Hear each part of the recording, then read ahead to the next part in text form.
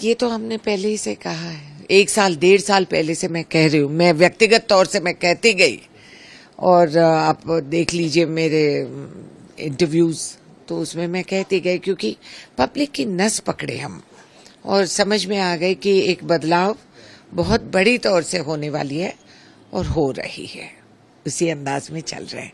हाँ, आगे पीछे चलेगा थोड़ी देर, मगर इससे कोई फर्क नहीं पड़ेगा, जीत हमारी है। मैं पूरा उम्मीद रख रही हूँ। क्या वजह क्या रही कांग्रेस के बेहतर पोजीशन को लेकर आप देखते हैं? देखिए, लोग थक गए बीआरएस से, और ये भाजपा बीआरएस एक ही है, ये तो सबको समझ में आ गया। एमआईएम का क्या खतरनाक रोल खेला उन्होंने, वो भी समझ में आ गया। मुझे लगता है इस खेल में सबसे बड़ी नुकसान एमआईएम की हुई है, ओवैसी साहब की हुई है, क्योंकि ये जो गलत कदम उठाए नेशनल लेवल पे, उसकी असलियत और सच सबने पहचान लिया। अफसोस की बात है, क्योंकि बहुत अक्लमंद आदमी माना हूं मैं हमेशा उनको। खैर, वो अलग बात है, मगर आज के दिन इस राज में एकजुट में जो कांग्रेस, ये तो हकीकत है भाई। जब कांग्रेस एकजुट में लड़ती है, कोई ताकत नहीं है इस देश भर में जो हमारे खिलाफ कर सकते हैं और हमें कुछ घटा सकते हैं। तो वोटर भी हमारे साथ, वर्कर भी हमारे साथ, लीडर भी मिलके लड़े हैं।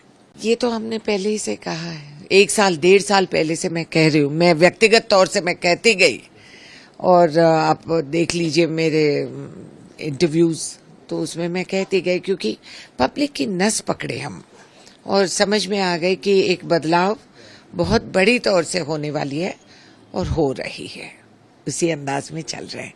हाँ, आगे पीछे चलेगा थोड़ी देर, मगर इससे कोई फर्क नहीं पड़ेगा, जीत हमारी है। मैं पूरा उम्मीद रख रही हूँ।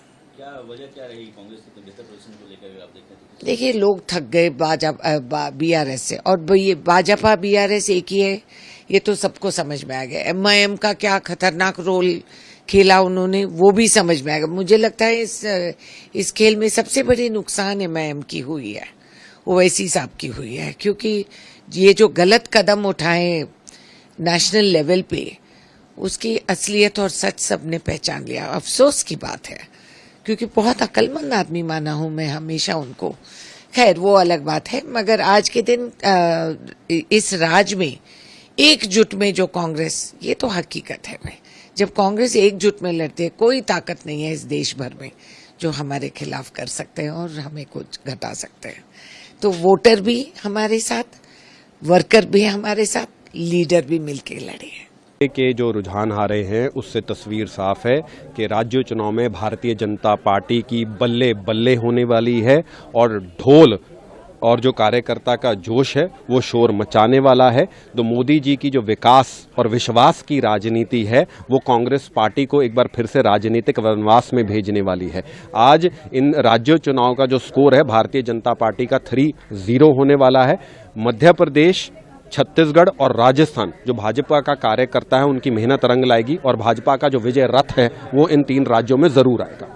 तेलंगाना में जिस तरह से कांग्रेस दिख रही है, सत्ता में वापसी कर रही है, आप लोगों ने बहुत मेहनत की थी, लेकिन उस हिसाब से नतीजे नहीं दिख रहे। देखिए, तेलंगाना का जो पहले ही भाजपा का एक वास्तविकता में एक रियलिस्टिक आंकलन था कि भाजपा का तेलंगाना में लक्ष्य है कि अपना वोट शेयर बढ़ाना, सीटें बढ़ाना। नतीजे भाजपा की अपेक्षाओं के अनुसार नहीं आ रहे, पर भाजपा मेहनत करती रहेगी और तेलंगाना में इस बार नहीं तो अगली बार भाजपा का परचम जरूर लहराएगा। कांग्रेस पार्टी में सुबह से सेलिब्रेशन शुरू हो गया था, जिस तरह से नतीजे आने से पहले अभी काउंटिंग शुरू भी नहीं हुई थी, उसको लेकर भारतीय जनता पार्टी और कांग्रेस में 2 बड़े अंतर हैं। भाजपा को हारी बाजी जीतना आता है, कांग्रेस को जीती बाजी हारना आता है। तो अब चिंता ये हो रही है, कांग्रेस ने जो लड्डुओं का ऑर्डर दिया था